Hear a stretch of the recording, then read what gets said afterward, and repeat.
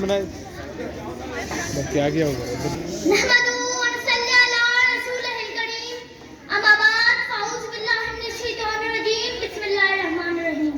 जनाब आली, आज मुझे इस बस में ख्याले अड़ाई के लिए बुलाया गया और इज़हारे ख्याल का मौका दिया गया ताकि मैं इकबाल के इस शेर को बयां कर सकूं।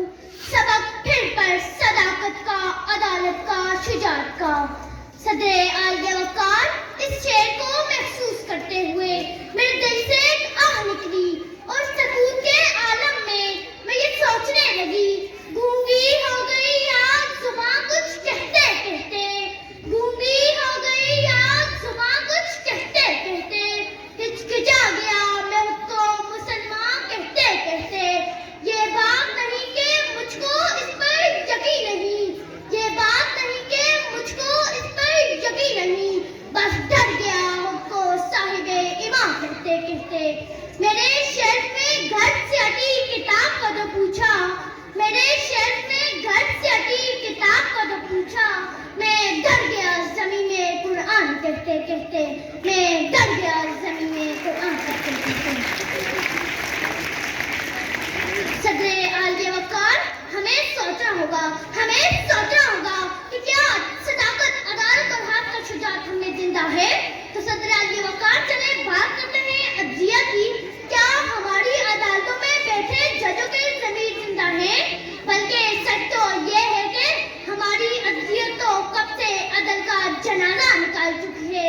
सदरे आलिया वक़ार इकबाल का इस सदाकत, अदालत और शुजाअत तो शायद किसी दिन दम तोड़ गई थी जब अक़वाम आला ने पाकिस्तान के मुसलमानों को दहशतगर्द करार दिया था।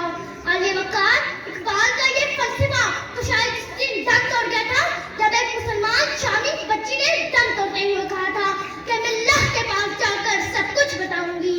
एक फलस्तीनी बच्चे ने दम तोड़ते भूख से निढाल होकर कहा था कि या अल्लाह मुझसे मेरी जिंदगी छीन ले ताकि मैं जन्नत में खाना खा सकूं। आलिया वक़ार, आज हम मस्जिदों में सर कटाने के लिए तैयार हैं, लेकिन मस्जिद जाने के लिए तैयार नहीं। आज हम नबी अकरम सल्लल्लाहु अलैहि वसल्लम का नाम लेकर झूम झूम जाते हैं, लेकिन उनका हुक्म मानने के लिए तैयार नहीं। आज हम हुर्मत नबी पर गुस्ताखे रसूल की जान लेने के लिए तैयार हैं, लेकिन हुर्मत नबी में कलमाए हक कहने से डरते हैं। अकाबी शाख से जमते थे जो बेबालों पर निकले, अकाबी शाख से जमते थे जो बेबालों पर निकले, सितारे शाम के हुने शफ्क में डूब कर निकले, हुए मदफूने दरिया ज़ेरे दरिया तैरने वाले, हुए मदफूने दरिया ज़ेरे दरिया तैरने वाले, तमाचे मौज ने खाए जो बनकर गोहर निकले। आलिया वक़ार